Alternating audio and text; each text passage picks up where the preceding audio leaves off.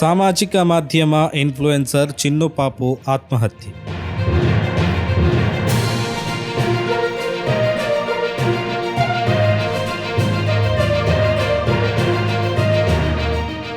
ಕಾಸರಗೋಡು ನಗರದ ಸಮೀಪದ ಬಾಡಿಗೆ ಮನೆಯಲ್ಲಿ ಆದೂರು ನಿವಾಸಿ ಚಿನ್ನು ಪಾಪು ಯಾನೆ ರೇಷ್ಮಾ ಎಂಬಾಕೆ ಆತ್ಮಹತ್ಯೆಗೈದ ಸ್ಥಿತಿಯಲ್ಲಿ ಪತ್ತೆಯಾಗಿದ್ದಾಳೆ. ಸಾವಿನಲ್ಲಿ ನಿಗೂಢತೆಯನ್ನ ಮೂಡಿಸಿದೆ.